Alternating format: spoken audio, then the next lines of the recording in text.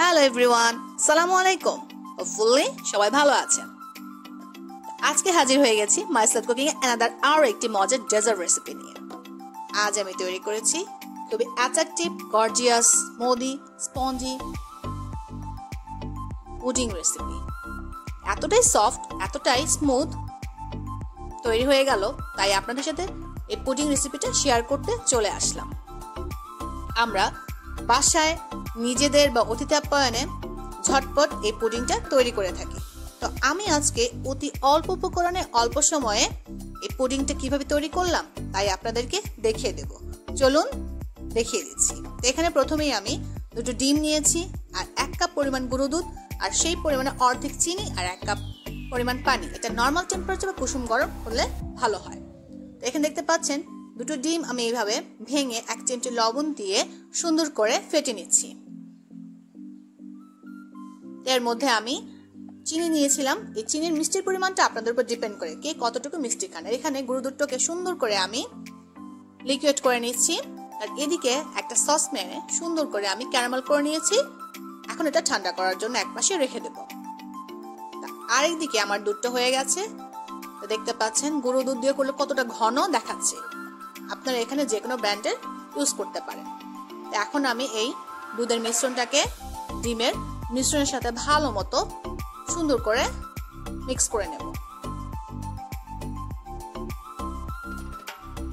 সুন্দর করে আমি এইভাবে ভালো মতো মিশিয়ে নিচ্ছি, যেন ডিম আর দুধের মিশ্রণটা একসাথে ভালো মতো অ্যাডজাস্ট হয়ে যায়।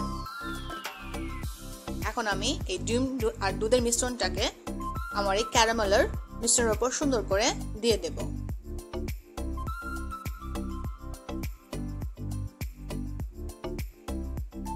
এটাকে আমি এখন সেট করে পানির মধ্যে বসিয়ে দেব। সেজন্য আমি একদিকে একটা সসপ্যানে 3 কাপ পরিমাণ পানি দিয়ে একটা স্ট্যান্ড বসিয়ে দিয়েছি। এভাবে আমি এখন বসিয়ে দিলাম পাত্রটা। এখন আমি এটা ঢেকে দেব। একটা ভারী কোনো কিছু দিয়ে ঢাকনা দিয়ে ঢেকে দেব, পানির ভাবটা যেন ভিতরে না যায়, খেয়াল করবেন। তো দেখতে পাচ্ছেন কিছুক্ষণ মধ্যে পানির বলক চলে এসেছে। আমার 20 মিনিটের মধ্যেই এই পুডিংটা সেট হয়ে গেছে। আপনাদের 20 থেকে 25 মিনিটের মধ্যে পুডিংটা চুলোর মধ্যে সুন্দর মতো হয়ে যাবে। খেয়াল করুন সাইড দিয়ে কতটা স্মুথ হয়ে পুডিংটা হয়ে গেছে। একদমই পারফেক্ট একটা পুডিং তৈরি হয়ে গেল। অল্প সময়ে খুবই অল্প উপকরণে এটা তৈরি করে ফেলা যায়। এটা ঠান্ডা করার জন্য আমি রেখে দিয়েছিলাম। দেখতে পাচ্ছেন কতটা সুন্দর, কতটা গর্জিয়াস দেখাচ্ছে পুডিংটা।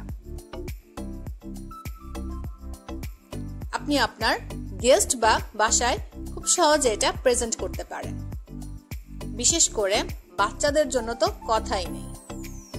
দেখতে পাচ্ছেন আমি একটু কেটে আপনাদেরকে দেখিয়ে দিচ্ছি আমার এই পুডিংটা কতটা সফট হয়েছে, কত স্মুথ হয়েছে, আর 2টো ডিম দিয়ে কত সুন্দর করে এই পুডিংটা তৈরি করে ফেলা যায়। আর পুরোটা কত মোটা হয়েছে দেখতে পাচ্ছেন। তো 1 কাপ গুঁড়ো দুধ আর 2টো ডিম দিয়ে অনায়াসে তৈরি করে ফেলা যায় মজাদার এই পুডিংটা। তো যারা এতক্ষণ ধরে মাইসেলফ কুকিং এ আমার এই পুডিং রেসিপিটা খেয়াল করেছেন, তো পছন্দ হলে ভিডিওতে অবশ্যই একটা লাইক দিয়ে দিবেন, আর সেই সাথে চ্যানেলটি সাবস্ক্রাইব করে নেবেন, নতুন নতুন রেসিপি যেন দেখতে পারেন।